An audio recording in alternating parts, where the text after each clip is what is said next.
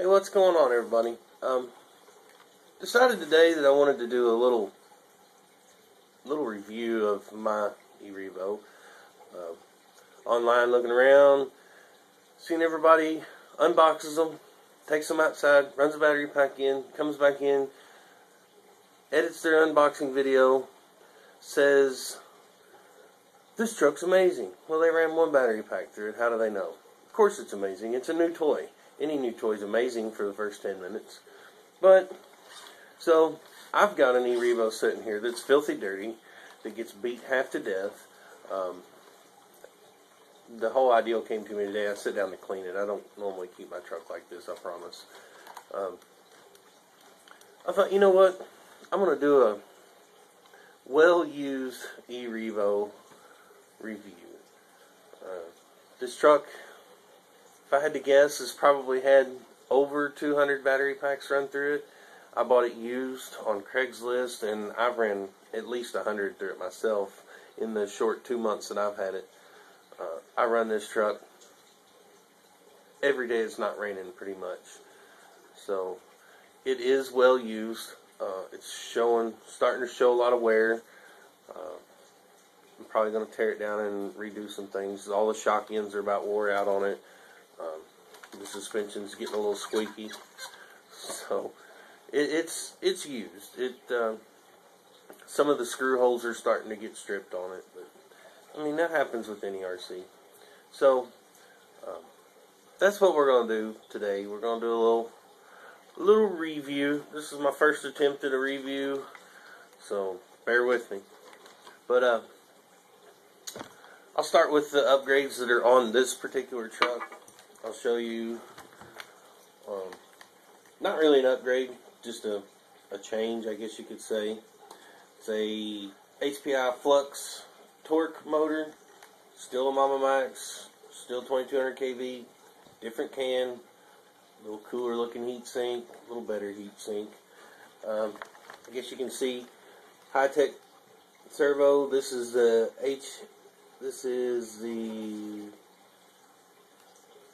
High Sport high-tech. It's the ST126MG Metal Gear servo. That's a must. Gotta have Metal Gear servos. Even though you have dual ones, they're still plastic geared, and they're still gonna strip out. Buy you a Metal Gear servo. Worth the money.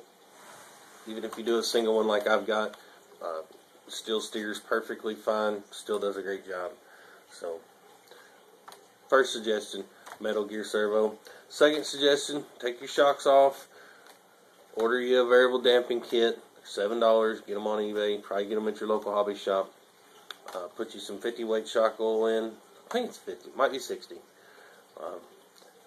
Personally, I run the springs that come with the car, the long travel springs, the blue and the silver in the back. Blue in the front, silver in the back. Great setup. As you can see, right here, I run my A-arms a little less than level. I don't know if that's a good choice of words, but less than level would be down more like that. That's the suggested setup. I like it less than level because I'm a basher. Don't do much racing. A little more ground clearance, a little more suspension travel. Gives you a little better, yeah, whatever. But I run that front and back. Also, while I got it sitting here, I run toe out on the front of the tires out just a little bit, and I run negative camber, which means put a square right here like this.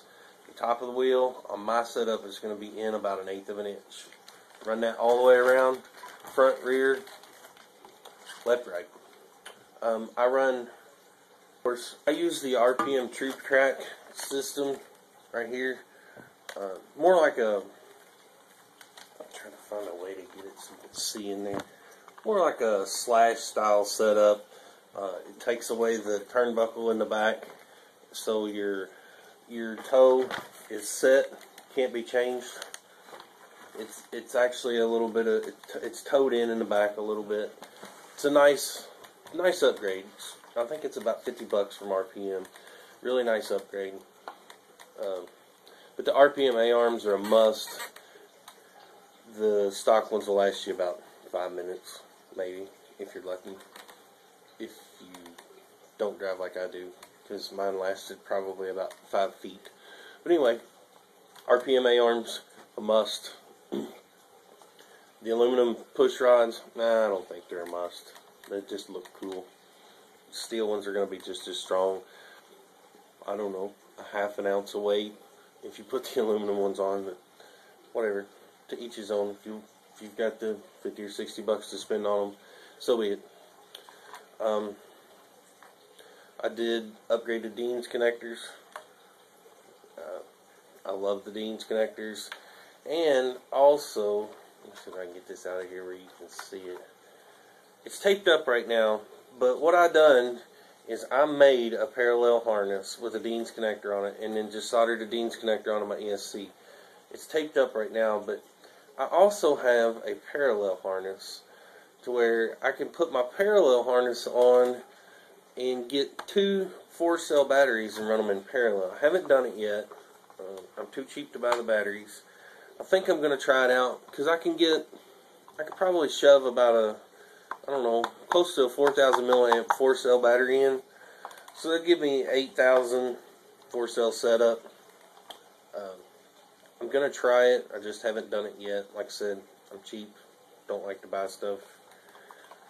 But anyway, I'm set up for it when I'm ready. I'll go on and give you I've only got about maybe 2 or 3 negative things to say about this car, and I really don't know if you could call them negatives, but I'll start. The stock drive shafts, they break a lot. You can adjust your slipper clutch to where the car will barely move, and I can assure you, you will still break drive shafts. Yes, you can buy the metal ones. I'm going to tell you why I haven't bought the metal ones is because those plastic drive shafts that are in this car, right here, plastic drive shafts, see them? They're a weak point. You put the metal ones in, that's not going to be a weak point no more. That weak point is going to move, and it's going to move further in, and it's going to move to the differentials. Now, those differentials are nasty. They got all kinds of funky, nasty, goopy, honey-looking oil in them.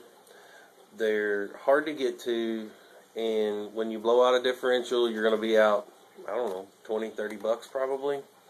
So, for $6, you can go buy yourself 2 half shafts, which is this part right here, just this piece, and you can rebuild these drive shafts. Local hobby shop probably not going to volunteer that information. They're probably just going to sell you a complete drive shaft for 10 bucks and send you on your way.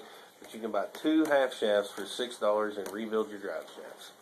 So, personally, I break a drive shaft, I'm out $3. I'm out 5 minutes to change it.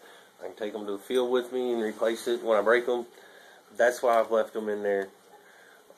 I'll probably, well, not probably, I will never put the steel drive shafts in it because I like being able to fix my car in 5 minutes. Over the life, will I spend more money doing it that way? Probably. Like I said, I like being able to fix my car in 5 minutes. And I like knowing that I don't have to tear my differentials down all the time. Other than the plastic drive shafts, rear body mount, for some reason, I can't keep the screws in mine. I've tried everything that won't stay in there. I've broken it once, but that was my own fault. It did about 700,000 cartwheels at a BMX park after it flew through the air about 200 feet. So that was my fault. Can't really call that a flaw of it or anything. It was just me destroying stuff because that's what I do.